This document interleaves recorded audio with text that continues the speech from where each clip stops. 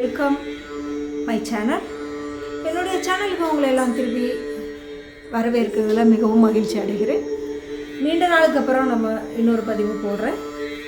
இது என்னென்னா, நம்மளுடைய எல்லாருடைய வாழ்க்கையிலையும் ரொம்ப ரொம்ப முக்கியமான ஒரு விஷயம் என்னென்னா, பணம் வேண்டாம் அப்படின்னு சொல்கிறவங்க யாருமே இருக்க மாட்டாங்க. செல்வம் இருந்துக்கிட்டே இருக்கணும், தலைமுறைக்கும் இருக்கணுன்ற வேண்டவங்க தான் ஜாஸ்தியாக இருப்பாங்க. நான் மட்டும் இல்லை, என்னுடைய தலைமுறையே சந்தோஷமாக இருக்கணும், சௌக்கியமாக இருக்கணும், பண விஷயத்தில் கஷ்டமே படக்கூடாது அப்படின்னு நினைக்காதவங்க யாருமே கிடையாது. அந்த மாதிரியான ஒரு லக்ஷ்மி குபேரர் கதையை தான் இன்றைக்கி நம்ம பார்க்க போகிறோம். மகாலட்சுமி தாயார் எப்படி வந்தாங்க, எப்படியெல்லாம் அருள் செய்கிறாங்க, எப்படி நம்ம அவங்கக்கிட்டேருந்து செல்வத்தை பெறலாம், அதற்கான நம்ம என்ன செய்யணும் அப்படிங்கிறது தான் முக்கியமாக இந்த வீடியோவில் பார்க்க போகிறோம். அதனால் யாருமே மிஸ் பண்ணிடாமல் பாருங்கள், நடுநடுவில் ஸ்கிப் பண்ணிடாதீங்க. ஏன்னா நிறைய விஷயங்கள் இதில் சொல்ல போகிறேன். அதனால் மிஸ் பண்ணிடாமல் ஸ்கிப் பண்ணாமலும் பாருங்கள், அப்போ தான் உங்களுக்கு ஈஸியாகவும் புரியும். இது செல்வத்தோட சம்பந்தப்பட்ட ஒரு லக்ஷ்மி குபேரர் கதைன்னு வச்சுக்கோங்க. இதில் ஃபஸ்ட்டு என்ன எல்லாருக்குமே தேவைப்படுற ஒரு முக்கியமான ஒரு விஷயம் என்ன அப்படின்னா, செல்வம் யாருக்குமே தேவையில்லை அப்படின்னு யாராலும் சொல்ல முடியுமா? இல்லை நீங்கள் யாராவது சொல்லி கேள்விப்பட்டிருக்கீங்களா? கண்டிப்பாக கிடையவே கிடையாது. செல்வம் வேணுமான்னு கேட்டால் வேணும் அப்படின்னு சொல்கிறவங்க தான் இருப்பாங்களே தவிர வேண்டாம் போதும் அப்படின்னு யாருமே சொல்ல மாட்டாங்க. அப்பேற்பட்ட அந்த செல்வத்தை நல்ல வழியில் வர வைக்கணும். தீய வழியில் வர வைக்கிறதுக்கு 1000 விஷயங்கள் இருந்தாலும், ஆனால் நம்ம நல்ல விஷயத்தில் வர வைக்கணும். அந்த மாதிரி நல்ல விஷயத்துக்கு வர வைக்கணும். அது தெய்வீக அனுகிரகத்தோடு நம்மளுக்கு சேரணும். அப்படி தெய்வீக அனுகிரகத்தோடு வர்ற சொத்தும் செல்வமும் நம்மளுடைய தலைமுறைகள், நம்மளுடைய பரம்பரையே அது நின்று காப்பாற்றும். நம்ம யாரையாவது ஏமாற்றி சொத்து சேர்க்குறோம் அப்படின்னா நம்ம இருக்கும்போதே அது நம்மளை விட்டு போயிடும். அந்த மாதிரி பண்ணுறதுக்கு தெய்வீக அனுகிரகத்தோடு நம்ம அந்த லக்ஷ்மிங்கிற செல்வத்தை வீட்டுக்குள்ளே கூப்பிடணும் அப்படின்னா அதுக்கு நம்ம என்ன பண்ணணும் அப்படின்னு பார்த்தா, நம்மளுக்கு தரக்கூடிய 2 தெய்வங்கள் மகாலட்சுமி தாயாரும் குபேரனும் 2 பேர் தான் நம்மளுக்கு குறையவே இல்லாமல் அல்ல வந்துக்கிட்டே இருக்க மாதிரி ஆனால் செல்வத்தை கொடுக்கக்கூடிய 2 பேர்கள். ஒன்று மகாலட்சுமி தாயார், இன்னொருத்தர் குபேரர். இப்போ இவங்க 2 பேரையுமே நம்ம எப்படி வழிபடணும், எதுக்காக அப்படிங்கிற இதை தான் நம்ம பார்க்க போகிறோம். இப்போ ஃபஸ்ட்டு லக்ஷ்மி எங்கே இருக்காங்க? விஷ்ணுவோட இதயத்தில் தான் லக்ஷ்மி தாயார் இருக்காங்க. லக்ஷ்மின்றது மகாலட்சுமி தான் நம்ம லக்ஷ்மின்னு சொல்கிறோம். இப்போது பெருமாள்னாலே எல்லாருக்கும் தெரியும், திருப்பதிக்கு ஏன் அவ்வளோ தூரம் காற்று கடந்து போகிறோம் அப்படின்னாலே செல்வம் தருவார் அப்படிங்கிறது தான். பணம் தருவார், பணக்கடவுள் பெருமாள் அப்படின்னு நம்ம சொல்கிறோம் இல்லையா? அப்பேற்பட்ட விஷ்ணுவோட மார்பிளையே நம்ம மகாலட்சுமி தாயார் இருக்காங்கன்னா அவங்க எவ்வளோ அழகாக தெய்வீக அழகும் அன்பும் அருளும் அவ்வளோ நிறைஞ்சவங்களாக இருப்பாங்க இல்லையா? அம்மானாலே கருணை நிறைந்தவர்கள் தான். அதுவும் விஷ்ணுவோட மார்பில் இருக்கிற மகாலட்சுமி தாயாருக்கு சொல்லணுமா என்ன? அவ்வளோ அருளும் அன்பும் அவங்கக்கிட்ட நிறைஞ்சு இருக்கும். அவங்களோட நிழலில் இருப்பவங்களுக்கு எப்பயுமே அழகும் அமைதியும் வளமும் செல்வமும் தானாகவே சேருமா. நீங்கள் எந்த அளவுக்கு மகாலட்சுமி தாயாரை வீட்டில் வச்சு நீங்கள் வழிபாடு செஞ்சு தீப தூப ஆராதனை காமிச்சு நல்லபடியாக சாமி கும்பிட்டுக்கிட்டே இருக்கீங்களோ, உங்களுக்கு அமைதியும் வாழ்க்கையில் வளமும் செல்வமும் குறையாமல் அது தானாகவே உங்களுக்கு சேருமா. நீங்கள் எதுவும் செய்ய வேண்டிய அவசியம் கிடையாது, அதுவே சேரும். இந்த மாதிரி ஒரு நாள் இது எப்படி சாத்தியம் அப்படின்னு பார்த்தா, ஒரு தடவை முன்னொரு காலத்தில் தேவர்கள் எல்லாரும் சேர்ந்து கடலை கடைஞ்சி அதிலிருந்து தேவாமிர்தம் எடுக்கிறதுக்காக ட்ரை பண்ணுறாங்க. அப்படி அந்த மாதிரி கடலை கடையும் போது கடலுக்குள்ளே இருந்து வெளியில் பல வஸ்துகள்லாம் வருது. அப்படி வரும்போது ஒரு பொருள் பயங்கர தெய்வீக ஒளியோட பயங்கரமான வெளிச்சமாக அப்படியே ஒயிட் கடலை தகன்னு வெளியில் வருது. அந்த ஒளியிலிருந்து மங்களகரமாக வெளியில் வந்தவங்க தான் மகாலட்சுமி தாயார். மஞ்சேர்னு மங்களகரமாக வெளியில். அவங்க கையில் ஒரு தாமரை பூ இருந்தது. அவங்க முகத்தில் எப்பயும் ஒரு சிரிப்பு. அவங்களோட உடம்பு ஃபுல்லாகவுமே ஆபரணங்களால், அதாவது நகைகளாலேயே அலங்காரம் பண்ணப்பட்டிருந்துச்சு. அதை பார்த்தோன்னே எல்லாருக்கும் வியப்பாகவே இருந்தது. இவ்வளோ அழகாக ஒரு பொண்ணு, அதுவும் உடம்பு ஃபுல்லாக இவ்வளோ நகைங்களோட இவ்வளோ அழகாக சாந்தமாக கையில் ஒரு தாமரை பூவோட வெளியில் வருதுன்னா எவ்வளோ அழகாக இருக்குது அப்படின்னு. இப்போ இந்த கடைஞ்சிக்கிட்டு இருக்க தேவர்களும் அசுரர்களுமே இவங்களை பார்த்து அப்படியே திகச்சு போய் நிற்கிறாங்க. என்ன சொல்கிறதுனே தெரியல, இவ்வளோ அழகாக ஒரு பொண்ணா அப்படின்னு சொல்லிட்டு. ஆனால் அப்படி வெளியில் வந்து அந்த மகாலட்சுமி தாயார் யாரை பார்த்தாங்க அப்படின்னா, அவங்க ஒரே ஒருத்தரை மட்டும்தான் நிமிர்ந்து பார்த்தாங்க. அவர் தான் மகாவிஷ்ணு. அந்த மாதிரி பார்த்த அடுத்த நிமிஷமே மகாவிஷ்ணுவோட இதயத்தில் போய் மார்பில் போய் மகாலட்சுமி தாயார் அமர்ந்துட்டாங்க. இதுதான் என்னுடைய இடம், நான் குடி போகிறேன் அப்படின்ற மாதிரி வந்து இருந்துட்டாங்க. அந்த நாளில் இருந்து அவங்க ஸ்ரீ மகாலட்சுமி, அதாவது செல்வத்தோட தேவதை. ஏற்கனவே அவங்க செல்வத்தோட வராங்க. பெருமாளே வந்து செல்வத்துக்கு உகந்தவர் தான் இல்லையா, பணக்கடவுள். அவங்களுக்கு நிறைய பேரெல்லாம் இருக்கு இல்லையா பெருமாளுக்கு. அவங்களோட இதயத்திலேயே அவரும் வந்து ஆட்கொண்டு சரி ஓகே அப்படின்னு ஏற்றுக்கிட்டார் அப்படின்னா, அவங்க 2 பேரும் ஒன்றா சேரும்போது செல்வத்துக்கு குறைவாக இருக்காது இல்லையா. அவ்வளோ நிறைவான ஒரு விஷயமாக தான் இருந்தது. அதனால தான் நம்ம எல்லாருமே என்ன பண்ணுறோம், மகாலட்சுமி தாயாரை வழிபாடு செய்கிறோம். மகாலட்சுமி தாயாரை எந்த அளவுக்கு நீங்கள் வழிபாடு செய்கிறீங்களோ அந்த அளவுக்கு உங்கள் வீட்டில் செல்வமும் பணம் நகை பொருள் எல்லாமே தானே வந்து சேரும். அதனால மறக்காமல் வெள்ளிக்கிழமை எல்லா நாளுமே ஈவினிங் 6 மணிக்கு மேலே மகாலட்சுமி தாயாரை நினச்சிக்கிட்டு நீங்கள் வழிபாடு செய்யலாம். சரிங்களா? இப்போ குபேரரோட பிறப்பு எப்படி இருந்தது, இப்போ மகாலட்சுமி தாயாரோட பிறப்பு எப்படி இருந்ததுன்னு நம்ம பார்த்துட்டோம். இப்போ அடுத்த கடவுள் நம்மளுக்கு அதிகமாக தரக்கூடிய ஒரே ஒருத்தர் குபேரர் தானே. அந்த குபேரர் எதை வச்சு தரார் அப்படின்னு பார்த்தோம்னா, அவர் வந்து ஒரு காலத்தில் வடக்கு திசையில், ஏன்னா எப்பவுமே குபேரருக்கு உகந்த இடம் வடக்கு திசைன்னு தான் சொல்லுவோம். வாஸ்து படி பார்த்தாலும் சரி, பீரோ வைக்கிறதுக்கு எல்லாத்துக்குமே செல்வம் சேரணும் அப்படின்னா வடக்கு திசையில் வைங்கப்பா அப்படின்னு சொல்லுவாங்க இல்லையா. அந்த மாதிரி வட திசையில் இருக்க அலகாவாபுரி அப்படிங்கிற ஒரு நகரத்தில் விச்ரவஸ்த முனி அப்படிங்கிறவருக்கும் இடவிதா என்பவருக்கும் 2 பேருக்கும் மகனாக பிறந்தவர் தான் இந்த குபேரர். சரிங்களா? இவங்க 2 பேருக்குமே அவர் மகனாக பிறக்கிறாரு. அவங்களுக்கு அவ்வளோ ஒரு சந்தோஷம், குபேரர் வந்து நம்ம வீட்டில் வந்து பிறந்திருக்காரு அப்படின்னு சொல்லிட்டு. ஓகேவா? அவர் சின்ன வயசுலேருந்தே ரொம்ப தியானம் பண்ணுறவர், ரொம்ப அதிகமாக தியானத்திலேயே தான் இருப்பார். நீங்கள் பார்த்துட்டிங்கன்னா குபேர பொம்மைகள், குபேர சிலைகள், குபேர தெய்வங்கள் இதெல்லாம் போய் பார்த்தீங்கன்னா மேக்சிமம் தியானத்தில் இருக்கிற மாதிரி தான் இருக்கும். அதுக்கான காரணம் என்ன அப்படின்னா, அவர் எப்பயுமே தர்மம் நிலச்சிருக்கணும். அந்த நித்திய பூஜை எப்பயுமே அது ஓரியன்டாகவே அவர் வந்து என்ன பண்ணுறாரு, சாமி கும்பிட்டு வழிபாடு செஞ்சுக்கிட்டே இருக்காரு, தியானத்தில் இருந்துக்கிட்டே இருக்காரு.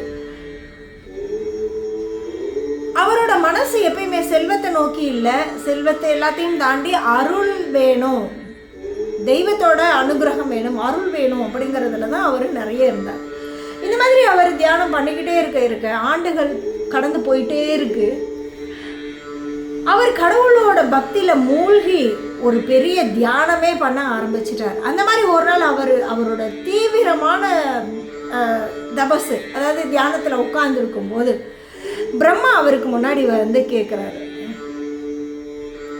பிரம்மா சொல்கிறாரு, குபேரா, உன்னோட பக்தி ரொம்ப மகத்தானது, ரொம்ப உன்னுடைய தியானம் என்னை இழுத்துட்டு வந்துடுச்சு, உனக்கு என்ன வேணும்னு கேளு, உனக்கு என்ன விருப்பம் அப்படின்னு கேட்குறாரு. அப்போ குபேரர் கண்ணை திறந்து சொல்கிறாரு, பிரம்மா, எனக்கு ஒரே ஒரு ஆசை தான், நான் பகவான் விஷ்ணுவுக்கும் மகாலட்சுமிக்கும் சமமாக இருந்து அவங்களுடைய தெய்வீக சேவையை செய்யணும், அவங்களுக்கான சேவைகளை நானும் ஒரு ஆளாக இருந்து செய்யணும், அதுதான் என்னுடைய மிகப்பெரிய ஆசை அப்படின்னு சொல்கிறேன். அதை கேட்டுட்டு பிரம்மா சிரிக்கிறாரு. அப்படின்னா உனக்கு அவங்கக்கிட்ட நீ போய் அருள் செய்யணும் அப்படின்னு போனால், நான் பணி செய்யணும் அப்படின்னு போனால் செல்வம் தான் வேணும், அப்போ உனக்கு அதிகமான செல்வம் கொடுக்குறேன், இந்த உலகத்திலே இருக்கிற எல்லா செல்வங்களுக்கும் அதிபதியாக நீயே இருப்பாய் இன்னையிலிருந்து அப்படின்னு அவர் சொல்கிறார். எல்லாருமே இந்த உலகத்தில் இருக்கிற ஒவ்வொரு ஜீவராசிகளும் உன்னை மறக்காம குபேரா போற்றி குபேரா போற்றி அப்படின்னு யாரெல்லாம் உங்களை வாழ்த்தி உங்களை வழிபாடு செய்கிறார்களோ அவர்களுக்கெல்லாம் நீங்காத செல்வத்தை கொடுத்துக்கிட்டே இருப்ப. இன்னையிலிருந்து குபேரன் அப்படின்ற பேருக்கு ஈக்குவலாக செல்வத்தின் தெய்வம் அப்படிங்கிற ஒரு பேரையும் உனக்கு சேர்த்தே கொடுக்குறேன். அதனால் இந்த பேரோட நீ மக்களுக்கு சேவை செய் அப்படின்னு சொல்லிட்டு போகிறாரு. எப்பயுமே ஒருத்தருக்கு ஒரு விஷயம் கிடைச்ச உடனே சின்னதாக ஒரு ஆணவம் வரும் இல்லையா? செல்வம் வந்துருச்சுன்னா ஆட்டோமேட்டிக்காக அடுத்தது வரணும் இல்லையா? நம்மக்கிட்ட இருந்து இந்த மாதிரி ஆணவங்கிறத வெளியில் எடுக்கணும், களை எடுக்கணுங்கிறதுக்காக தான் கடவுள் என்ன பண்ணுறாரு, நம்மளுக்கு அப்பக்கப்போ சின்ன சின்ன தண்டனைகளும் நம்மளுக்கு நம்மளுடைய கர்மாவின் வினைப்படி நம்மளுக்கு என்ன நடக்கணுமோ அதை அனுபவிக்க வேண்டிய காலகட்டத்தையும் நம்மளுக்கு கொண்டு வந்து கொடுக்கறதுக்காக தான் ராகு, கேது, சனி அத்தனை பகவான்களும் நம்மளுடைய லைஃப்பில் வந்து போயிட்டே இருக்கிறாங்க. அந்த மாதிரி இவருக்கு என்ன நடந்தது அப்படின்னா, இவர் குபேரர் அழகாபுரியில் ஒரு அரண்மனைனா தங்கத்திலே ஒரு அரண்மனை கட்டுறாரு. அரண்மனையே பெருசு. அந்த அரண்மனை ஃபுல்லாக தங்கத்திலே கட்டினா எப்படி இருக்கும்? அந்த தங்கத்திலே கட்டின அரண்மனையில் கூட வைரம், முத்து, பவளம் இதெல்லாம் வச்சு அழகழகாக கட்டுறாரு. அதை கட்டுற அந்த பணியாட்கள் இருப்பாங்கள்ல, வேலையாட்கள்லாம் இருக்காங்க இல்லையா, சேவகர்கள்லாம், அவங்கெல்லாம் யாரெல்லாம் கூப்பிட்டு அவர் வேலை வாங்கினாரு, இதுக்கு செய்ய வேண்டிய வேலையெல்லாம் செஞ்சாங்கன்னா, மேலோகத்தில் இருக்கக்கூடிய யட்சகர்கள், சேவகர்கள்லாம் பறக்கிற சக்தி இருக்கும். அவங்க அங்கிருந்து கட்டி கொடுத்ததாக சொல்லப்படுது. செல்வங்கிறது நிறைய பேருக்கு சில டைம் அவங்களுக்கு பெருமையான ஒரு விஷயமும் நடக்கும். ஆனால் சில டைமில் அந்த மனசுக்குள்ள அவங்களையும் அறியாமல் சின்னதாக ஒரு அகம்பாவம் வந்துடும். எனக்கு தான் எல்லாத்தையும் விட மிகப்பெரிய செல்வம் என்கிட்ட இருக்குது, லக்ஷ்மி கூட என் கையில் தான் இருக்கிறான்னு அவர் நினைக்க ஆரம்பிச்சிட்டார். குபேரர் நினைக்க ஆரம்பிச்சிட்டார். அந்த எண்ணம் எவ்வளோ பெரிய தப்பு இல்லையா? இதை பார்த்துக்கிட்டே இருந்து அவர் ஒரு நாள் என்ன சொல்றாருன்னா, இவ்வளோ செல்வம் இவங்க எல்லாருமே இருக்காங்கல்ல, என் வீட்டுக்கு சிவனும் பார்வதியும் ஒரு நாள் ஒருவேளை உணவு சாப்பிட வந்தால் எப்படி இருக்கும் அப்படின்னு அவர் நினைக்கிறாரு. சரி கூப்பிட்டுருவோமே அப்படின்னு சொல்லி கூப்பிட்டுட்டு தடபுடல ஒரு பெரிய விருந்தே ஏற்பாடு பண்ணுறாரு. அது மாபெரும் விருந்தாக இருந்தது. யோசிச்சு பாருங்க, தங்கத்திலே ஒரு அரண்மனை, அதில் முத்து, பவளம், வைரம், வைடூரியமெல்லாம் வச்சு, கற்களையெல்லாம் வச்சு அவ்வளோ பிரம்மாண்டமாக செய்யப்பட்ட அந்த மாளிகையில் மிகப்பெரிய விமர்சனையாக ஒரு சமையல் நடக்குது. அந்த விருந்துக்கு சிவபெருமானையும் பார்வதியையும் கூப்பிடுறாரு. அவர் எப்பயும் போல் உட்காந்து தியானம் பண்ணி சிவபெருமானை கூப்பிட்ட உடனே சிவபெருமானும் பார்வதியோட ஓகே உன்னுடைய, ஏன்னா நம்மால் எப்பயுமே யார் தவம் இருந்தாலும் உடனே பெற்றுக்கொள் வரத்தை அப்படின்னு கொடுக்குறவராச்சே. அதனால் அவர் என்ன பண்ணுறாரு, உன்னுடைய தவத்தை மெச்சினேன், நான் என்னுடைய பார்வதியை கூப்பிட்டுட்டு நான் உங்கள் வீட்டுக்கு சாப்பிட வரேன் அப்படின்னு சொல்லிட்டு சாப்பிட வந்துட்டார். அவர் வரும்போது எல்லோரும் சும்மா இருப்பாங்களா? அங்கே இருக்கிற தேவர்கள் எல்லாருமே, கந்தவர்கள், யட்சகர்கள், அதாவது சொல்லுவோம் இல்லையா, முனிவர்கள், ரிஷிகள், அந்த மாதிரி இருக்கிற எல்லாருமே வந்துட்டாங்க. எல்லாருமே சாப்பிட்டுட்டு விருந்த பாராட்டி தள்ளுறாங்க, செம்மையாக இருக்குது அப்படின்னு. இப்படி சொல்லிகிட்டு இருக்கும் போதே குபேரருக்கு அப்படியே மேலே அப்படியே பறக்க ஆரம்பிக்கிறார் பெருமை. என்னுடைய மாளிகை எவ்வளோ பெருசாக இருக்குது, என்னுடைய விருந்து அதை விட பெருசு, உலகத்திலேயே முழு முதற் கடவுளான சிவனும் பார்வதியுமே வாயார மனசார பாராட்டுறாங்களே, அப்போ நான் எவ்வளோ பெரிய ஆள் அப்படின்னு அவருக்கு தோண ஆரம்பிச்சிருச்சு. இப்போ இது நடந்துட்டு இருக்கும்போது பார்த்து கேட்குறாரு, சிவனே, பார்வதி தேவியே, என்கிட்ட எவ்வளோ செல்வம் இருக்குன்னு தெரியுமா? அதெல்லாம் நீங்கள் பாருங்களேன், என் அரண்மனையில் எதுக்குமே குறைவே இல்லை அப்படின்னு சொல்லிட்டு அவர் பெருமை அங்கேயும் பேச ஆரம்பிச்சிட்டாரு சிவபெருமானுக்கிட்டையுமே. அதை பார்த்த உடனே சிவபெருமான் எப்பயுமே என்ன பண்ணுவார், அவர் பெருசாலாம் பண்ண வேணாம், அவர் விரலில் இருக்கிற நகத்தை லைட்டாக அப்படி டச் பண்ணால் போதும், இருக்கிற இடம் இல்லாமல் போயிடும் இல்லையா? அவர் சிரிச்சுக்கிட்டே கேட்குறாரு, குபேரா, செல்வம் உனக்கு அதிகமாக இருக்குதோ, அதனால உனக்கிட்ட கொஞ்சம் அகங்காரம் கொஞ்சம் சுற்றி இருக்குதுன்னு நினைக்கிறேன்.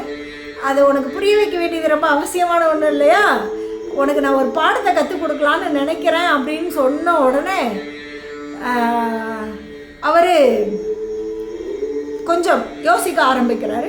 இவருக்கு பாடம் நடத்தணும்னா யாரை நோக்கி செய்யணும் அப்படின்னு பார்த்தா பிள்ளையார் தான். ஏன்னா சிவனோட முதல் பையன் இல்லையா. சிவபெருமான் பிள்ளையார்கிட்ட சொல்லி அனுப்புகிறார். உடனே அவரும் வர ஆரம்பிக்கிறாரு. சிவபெருமான் கிளம்பும் போது என்ன சொல்லிட்டு போகிறாரு குபேரர்கிட்ட, சரி சரி குபேரா, நாளைக்கு என்னோட பையன் கணேசன் வருவான், உன்னோட விருந்துக்கு அவனை அனுப்புகிறேன், அவனுக்கும் இதே மாதிரி விருந்து கொடுத்துரு அப்படின்னோடனே குபேரனுக்கு ஒரே மகிழ்ச்சி, ஒரே சந்தோஷம். சின்ன பையன், சின்ன குழந்தை, அவனுக்கா நான் வந்து சாப்பாடு போட மாட்டேன், இத்தனை பேர் தேவர்கள், ரிஷிகள், முனிவர்கள், சிவபெருமான், பார்வதியே சாப்பிட்டாங்க, இதுக்கு மேலே ஒரு சின்ன பையன் தானே, நான் விருந்தை நான் பார்த்துக்கிறேன் அப்படின்னு சொல்கிறாங்க. அடுத்த நாள் கணேசர் அரண்மனைக்கு வராரு. அவர் ரொம்ப பசியில் வேற இருக்கிறாரு. குபேரன் என்ன பண்ணுறாரு, அவரோட அரண்மனை முழுசாக உட்காந்து விருந்து வைக்க ஆரம்பிச்சிட்டாரு.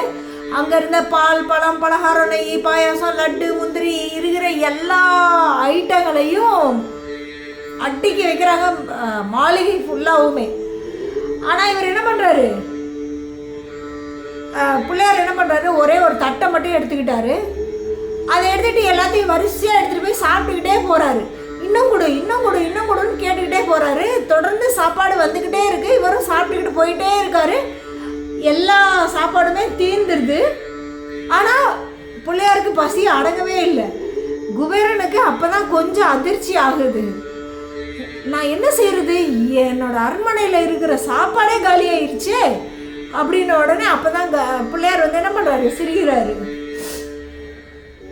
அப்போ அவர் சொல்கிறாரு, என்ன குபேரா, உன்னோட செல்வம் ரொம்ப நிறைய இருக்குது அப்படின்னு பெருமையாக பேசினியாமே, உன்னோட செல்வத்தை வச்சு என்னுடைய பசியை உன்னால் தீர்க்க முடிஞ்சுதா? உன் செல்வம் எங்கே கொண்டு வந்து உன்னை நிப்பாட்டி இருக்கு பார்த்தியா? உன்னுடைய அகங்காரத்தோட விளைவு இன்னைக்கு நீ தலை குனிச்சு நிற்கிறல. எனக்கு ஒரு வேளை சாப்பாடு ரொம்ப வேண்டாம், 3 வேளை சாப்பிடல, வாழ்நாள் ஃபுல்லாக எனக்கு நீ சாப்பாடு போடுன்னு சொல்லலை, ஒரே ஒரு வேளை சாப்பாடு. அந்த ஒரு வேளை சாப்பாடு உன்னால் கொடுக்கவே முடியாது இல்லையா? அப்படி இருக்கும்போது எங்கேருந்து உங்ககிட்ட செல்வம் இருக்குது? செல்வம் வந்து தெய்வீகத்தோட சம்மந்தப்பட்டது இல்லையா அப்படின்னு அவர் பேச பேச அவர் என்ன பண்ணுறாரு, கண் கலங்கி குபேரர் ஓடி போய் சிவபெருமான் காலில் விழுந்து மன்னிப்பு கேட்குறாரு.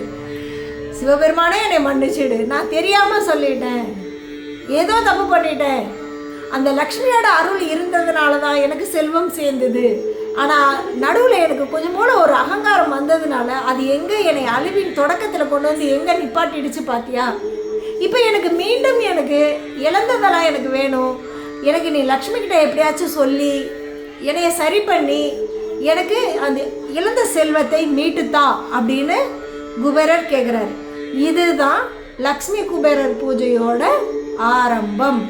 அதுக்கு தான் சிவபெருமான் சொல்கிறாரு, யாராவது நீங்கள் இழந்த செல்வம், அதாவது உங்ககிட்ட இருந்து யாராவது பறிச்சுட்டு போயிட்டாங்க, இல்லை நேர்மையான முறையில் இருந்த செல்வம் ஏமாத்திட்டாங்க, நானே விட்டுட்டேன், தெரியலை எனக்கு அப்படின்னு சொல்கிற எல்லாருமே இழந்த செல்வத்தை மீண்டும் பெறுவதற்கும், செல்வமே இல்லை, என்கிட்ட 1 ரூபா காசு கூட கிடையாது, ஆனால் மனசார நான் வேண்டுறேன், எனக்கு செல்வம் வேணும், எனக்கு பணம் வேணும், ஏன்னா வாழ்கிறதுக்கு எனக்கு இதெல்லாம் அவசியம்னு நீங்கள் நினச்சிங்கன்னா இந்த லக்ஷ்மி குபேரர் பூஜையை எப்படி பண்ணணும், இதுக்கான காரணம் எல்லாத்தையும் சொல்லியாச்சு.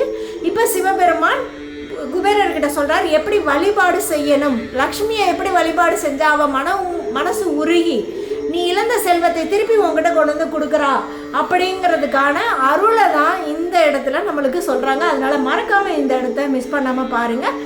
லக்ஷ்மி குபேர பூஜை எவ்வளோ இம்பார்ட்டன்ட்னு உங்களுக்கு புரிஞ்சிருக்கும்னு நினைக்கிறேன். இப்போது அந்த லக்ஷ்மியோட அருள் வேணும் அப்படிங்கிறதுக்காக குபேரர் உட்காந்து உபவாசம் இருந்து அவங்கள பிரார்த்தனை பண்ணிக்கிட்டே இருக்காரு. பிரார்த்தனைக்கு ரொம்ப முக்கியம். காயின்ஸ் இருக்கும்ல, உங்ககிட்ட வந்து 1 ரூபா காயின், 5 ரூபா காயின், 10 ரூபா காயின், அந்த மாதிரி ஏதாவது காயின் இருந்தாலும் எடுத்துக்கோங்க. குபேரருக்கான எண்கள் அதை நான் வந்து ஷார்ட்ஸில் போடுறேன், நீங்கள் அதையும் பார்த்துக்கோங்க. அந்த எண்கள் எழுதினபடி வச்சு ஒரு அன்னைக்கு பௌர்ணமி பௌர்ணமி மாதம் பண்ணினாலும் லக்ஷ்மி பூஜைக்கு ரொம்ப நல்லது. அப்படி இல்லைன்னா தீபாவளி அன்னைக்கு நீங்கள் செய்கிறது ரொம்ப ரொம்ப விசேஷமானது. ஏன்னா நீங்கள் இழந்த செல்வத்தை மீண்டும் பெறுவதற்காகவும் புதுசாக உங்களுக்கு செல்வம் வந்து சேருவதற்காகவும் லக்ஷ்மி தாயாரை, மகாலட்சுமி தாயாரை உங்கள் வீட்டுக்குள்ளே எப்படி அழைக்கணுங்கிறது தான். காயின்ஸ் எல்லாம் நல்லா நிறைய போடுங்க. அந்த சத்தம் வந்து குபேரருக்கு ரொம்ப பிடிக்கும், மகாலட்சுமி தாயாருக்கும் செல்வம் ரொம்ப பிடிக்கும். அதனால் வச்சுக்கோங்க. மகாலட்சுமி தாயாருக்கு ரொம்ப பிடிச்சமான ஒரு தாமரை பூவாவது வச்சுக்கோங்க.